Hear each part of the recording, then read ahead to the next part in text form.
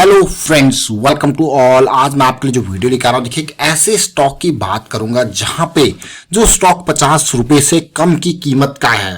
मतलब बहुत सारे लोग ढूंढते हैं ऐसे छोटे छोटे पेनी स्टॉक्स, 1 रुपया, 2 रुपया, 10 रुपया, 20 रुपये, 30 रुपये, 40 रुपये इस रेट के। लेकिन ऐसी स्टॉक्स में भी आपको अपॉर्चुनिटीज मिलती रहती है, इन्वेस्टमेंट का मौका मिलता रहता है। क्या फिर मौका इन्वेस्टमेंट का है? इस चीज को समझते हैं टेक्निकल फ्रंट पे, फंडामेंटल फ्रंट पे। और आगे बढ़ने से पहले मैं आपको बता दूं, अगर आपने अब तक चैनल को सब्सक्राइब नहीं किया तो जल्दी से सब्सक्राइब कर ले, बेल आइकन को प्रेस कर ले, जिससे आपको नोटिफिकेशन आती रहती है। लेकिन अगर आप स्टॉक मार्केट में नए हो और अब तक आपने खुद की एनालिसिस करना नहीं सीखा है और अभी भी डिपेंड हो टिप्स पे, न्यूज पे एनालिसिस के लिए, तो मैं आपसे कहूंगा भाई फिर तो आपको जरूर मेहनत करनी पड़ेगी। आपकी अपनी एक सोच होनी चाहिए मार्केट में इन्वेस्ट करने के लिए या ट्रेड करने के लिए। और सबसे टॉप प्रायोरिटी आपको देनी है रिस्क मैनेजमेंट को, लर्निंग को, रिस्क मैनेजमेंट को टॉप प्रायोरिटी, अर्निंग को सेकेंडरी रखना है। स्टार्टिंग के दिनों में अगर आप लर्निंग के ऊपर फोकस करें तो फिर आप यहां पे करियर बना सकते हो स्टॉक मार्केट में। चलिए ऐसे स्टॉक की बात करते हैं जिसकी हम बात कर रहे हैं। यहां पे सीधे आपको स्टॉक की तरफ लेके चलूंगा और इस स्टॉक को जरा ध्यान से देखिए। ये स्टॉक को नहीं, आईडीएफसी फर्स्ट बैंक की मैं बात करूंगा। यहां पे अभी कुछ दिन पहले खबर आई थी आईडीएफसी फर्स्ट बैंक में यहां पे कि एचडीएफसी एएमसी ने खूब माल इसके अंदर खरीदा है। लेकिन इस टाइम पे इस स्टॉक को मैं आपके लिए क्यों लेके आया हूं उसके ऊपर चलूंगा। उससे पहले आप जरा यहां पे देखिए कैसी सिचुएशन अभी है। 40% के आसपास देखिए प्रोमोटर की होल्डिंग यहां पे देखने को मिल रही है आईडीएफसी फर्स्ट बैंक। आपने कुछ टाइम पहले सुना होगा आईडीएफसी बैंक था और कैपिटल फर्स्ट, ये दोनों मिलके आईडीएफसी फर्स्ट बैंक इन्होंने बनाया। और आईडीएफसी बैंक में अगर मैं रिटेल निवेशकों को देखूं तो आपको यकीन नहीं होगा, लेकिन ये सच्चाई है। 10 लाख रिटेल निवेशक आईडीएफसी फर्स्ट बैंक में इन्वेस्टेड है। और इसमें अभी रिसेंटली एचडीएफसी एएमसी यानी कि एचडीएफसी की एसेट मैनेजमेंट कंपनी ने खूब माल खरीदा, करोड़ों के शेयर्स में कहूंगा खरीदे यहां पे। बट ये स्टॉक रडार में आज क्यों आया? अब आप कहोगे यार क्यों आया होगा ये रडार में? देखिए रडार में आने का एक ही कारण हमारे पास होता है टेक्निकल। इस स्टॉक का टेक्निकल जो है बहुत ही इंपॉर्टेंट आज की डेट में ये रडार में आया। जरा मंथली चार्ट को देखिए। मंथली चार्ट में जब लास्ट टाइम पे करेक्शन रिजॉल्व हुई थी तो 32 के आसपास का प्राइस था। फिर रैली आई तो हमने आपके लिए वीडियो क्रिएट किया। लेकिन इस बार फिर से आप जरा देखिए, ये जो मंथ था नवंबर का, दिसंबर का और अब अगला साल आ चुका है। लेकिन मंथली लेवल पे आप देख पा रहे होंगे कि नवंबर की रैली के बाद दिसंबर में करेक्शन और अभी जनवरी में ये स्टार्ट हो चुका है। क्या ये नवंबर दिसंबर के दोनों के हाई लेवल को क्रॉस करने वाला है? यानी कि क्या एक बड़ी रैली फिर से इंतजार कर रही है, वेट कर रही है? जिस तरीके से इससे पहले की सिचुएशन थी, क्या उसी तरीके की सिचुएशन फिर आने वाली है? बहुत सारे क्वेश्चंस आपके मन में जरूर आएंगे, तो उन क्वेश्चंस का जवाब हम यहाँ पे आपको जरूर देने की कोशिश करेंगे। अब बड़े टाइम फ्रेम पे तो हमने देख लिया क्या कुछ चल रहा है, लेकिन छोटे टाइम फ्रेम पे जब आप तसल्ली से देखोगे तब आपका मन प्रफुल्लित हो उठेगा। प्रफुल्लित वर्ड जो है ना वो बहुत ही इंपॉर्टेंट। लास्ट टाइम पे लास्ट करेक्शन की बात करते हैं। सबसे पहले लास्ट करेक्शन जब रिजॉल्व हो रही थी तो ये हमारी पकड़ में आ गया था और आपके लिए वीडियो भी क्रिएट किया गया था। लेकिन अभी के टाइम पे देखिए यहां पे ब्रेकआउट तो अभी दूर है, लेकिन उससे पहले बुलिश क्रॉस की फॉर्मेशन, साथ के साथ बुलिश क्रॉस के बाद की अगली करेक्शन बहुत ही इंपॉर्टेंट होती है। और वीकली पे भाई अगली स्विंग तैयार बैठी है, नेक्स्ट स्विंग तैयार बैठी है। और साथ के साथ इस करेक्शन के रेजोल्यूशन पे ये अगली स्विंग क्या 44 के लेवल तक जाने की कोशिश कर सकता है इस बार ये डेफिनेटली। लेकिन हम 44 के लेवल को क्यों ले रहे हैं भाई? 200 वीक्स का सिंपल मूविंग एवरेज है।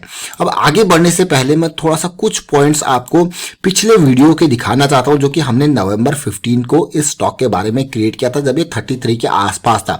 जरा ध्यान से सुनिए, इन लाइंस को आपकी बहुत मदद करेंगे। तो देखिए ब्रेकआउट के नियर मैंने आपको हमेशा 3 चीजें बताई और हर वीडियो में जब भी ब्रेकआउट की बारी आती है मैं आपको हमेशा कहता था कि आपको याद हो जाए आपके दिमाग में वो 3 पॉइंट। ब्रेकआउट के नियर हमको चाहिए होता कंसोलिडेशन, या फिर इस तरीके से स्मॉल करेक्शन, या फिर हमको क्या चाहिए होता ब्रेकआउट के बाद पुल बैक। और ये जब पुल बैक आएगा, ये रिजॉल्व होगा, तो आपको फिर से एंट्री मिलेगा। और एंट्री जब मिलती है तो यहाँ पे स्टॉप लॉस हमारा क्या होता है, मिनिमाइज्ड। तो आपने देखा ये नवंबर 15 का वीडियो है, यानी कि जो लास्ट करेक्शन रिजॉल्व हुई थी ब्रेकआउट के नियर था, तब हमने आपके लिए वीडियो क्रिएट किया था भैया रैली आएगी, फिर से आपके पास अगली अपॉर्चुनिटी फिर तैयार होके बैठ जाएगी। देखिए स्टॉक मार्केट में जब भी आप इन्वेस्ट करते हो तो जल्दबाजी की जरूरत नहीं है।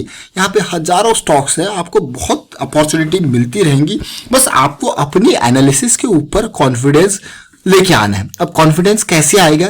लर्निंग को प्रायोरिटी पे रख के, साथ के साथ प्रैक्टिस के ऊपर, और साथ के साथ मैं कहूंगा कि धीरे धीरे करके, अभी पैसा ज्यादा नहीं लगाना भाई। अगर आप नए इन्वेस्टर हो तो बिल्कुल मार्केट में तब तक पैसे को बढ़ाना नहीं है, इन्वेस्टमेंट को बढ़ाना नहीं है जब तक आपको कॉन्फिडेंस आए ही नहीं। मैं तो सीधे सीधे ये कहता हूं कि एक एक दो शेयर करके कॉन्फिडेंस हासिल कीजिए। 1 साल 2 साल 3 साल जितना भी लगे टाइम, आपको पहले कॉन्फिडेंस बिल्टअप करो मार्केट में, मार्केट की स्टॉक्स की चाल को समझो, मार्केट में किस तरीके से रिस्क को मैनेज किया जाता है उसको समझो। ओवरऑल परसेंटेज वाइज अपने, जब आप 1-2 स्टॉक रिटर्न देखते हो ना, 1-2 स्टॉक खरीद के चीजें देखते हो, समझते हो, तो उस टाइम पे आपको प्रॉफिट नंबर्स में नहीं दिखेगा, लेकिन प्रॉफिट को जब आप परसेंटेज में देखोगे ना, तब आपको लगेगा हाँ परसेंटेज में देखना है। याद रखें इस चीज को, परसेंटेज में प्रॉफिट को देखो, तब आपको लगेगा अरे वाह क्या चीजें चल रही हैं। जब जिस दिन आपको अंदर से फील आने लगे कि वाह क्या चीजें चल रही है, मैं तो बिल्कुल प्रॉपर प्रोसेस के साथ काम कर रहा हूं, उस दिन से आप धीरे धीरे अपनी क्वांटिटी बढ़ा सकते हो। तो ये इंपॉर्टेंट पार्ट अब मैंने जैसे आपको वीडियो क्रिएट करके दिखाया था लास्ट टाइम पे, तो इस सिचुएशन पे तब हमने क्या बात कही थी उस टाइम पे? ब्रेकआउट की बात की थी। ब्रेकआउट के बाद हमने क्या कहा था? Pull back. आपके लिए अगली अपॉर्चुनिटी क्या लेके आएगा ब्रेकआउट के बाद? Pull back. अब ब्रेकआउट के नियर हमको कंसोलिडेशन देखने को मिला, बहुत ही अच्छी बात। ये वीकली पे बिल्कुल सेम सिचुएशन, ब्रेकआउट के बाद क्या हमें देखने को मिला? पुल बैक पे हमने क्या कहा था? अगली अपॉर्चुनिटी। और अगली अपॉर्चुनिटी कुछ इस तरीके से, वो वीडियो जो मैंने आपको उस टाइम पे प्राइस का मूवमेंट नहीं हुआ था, उस टाइम पे हम यहाँ पे थे, तो मैं ये कहूंगा कि एक बार उस वीडियो को जरूर देखें। क्यों? क्योंकि उससे आपको सबसे अच्छी लर्निंग मिलने वाली है। याद रखें, उससे क्या मिलने वाली है? सबसे अच्छी लर्निंग, क्योंकि तब तक प्राइस का मूवमेंट नहीं हुआ था। जो एंटीसिपेट हमने किया था, चीजें उसी के हिसाब से चल रही है। जब अगली अपॉर्चुनिटी आई तो हम आपके लिए फिर से वीडियो क्रिएट करके लाए। अगली अपॉर्चुनिटी आई तो फिर से वीडियो क्रिएट करके लाए। मौका बन रहा है, स्टॉप लॉस तैयार है। अब देखिए मौका बन रहा है, स्टॉप लॉस तैयार है। आपको स्टॉप लॉस क्यों? Stop loss, stock market investment are subject to market risk. सबसे पहली प्रायोरिटी हमारी होगी रिस्क को मैनेज करना।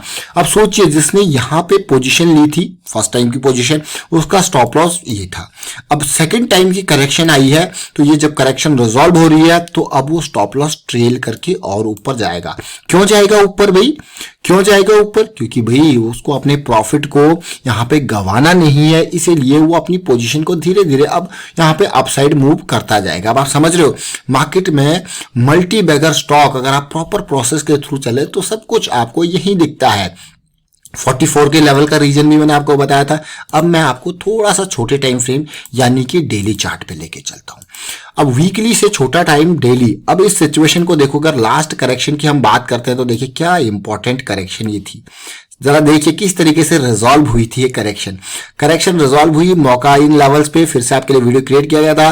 क्या सिचुएशन वैसे ही बनती आपको नजर आ रही है? देखिए बिल्कुल अभी देखिए, अब जो नए इन्वेस्टर होंगे उनका स्टॉप लॉस ये होगा, तो उन्हें डरने की जरूरत नहीं पड़ेगी। अगर ये 1-2 बार इस तरीके से भी सिचुएशन दे दे तब भी डरने की जरूरत नहीं, क्योंकि उनको पता है उनका स्टॉप लॉस काफी डीप है। और अगर यहां से ब्रेकआउट दे दे इन लेवल्स पे जाके फिर से कंसोलिडेट कर जाए, तो वो कहेंगे भैया ये तो पोजीशन और बढ़ाने की जरूरत है और मौका हमारा बढ़िया बनता हुआ जा रहा है। देखिए इसीलिए इस तरीके से RSI पे अगर सिचुएशन मिल जाए तो और भी अच्छी बात है।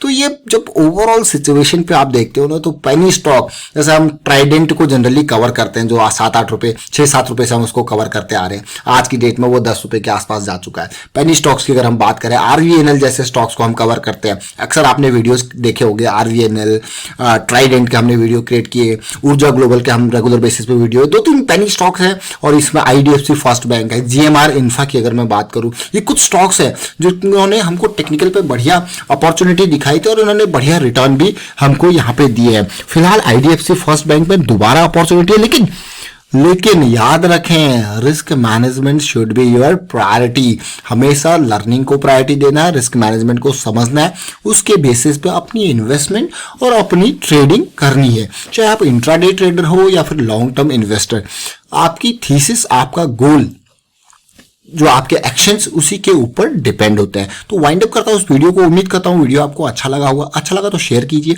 लाइक कीजिए। चैनल अगर आपने अब तक सब्सक्राइब नहीं किया तो जल्दी से सब्सक्राइब कर लीजिए, बेल आइकन को प्रेस कर लीजिए, जिससे आपको नोटिफिकेशन आती रहेगी। And thank you for watching the video.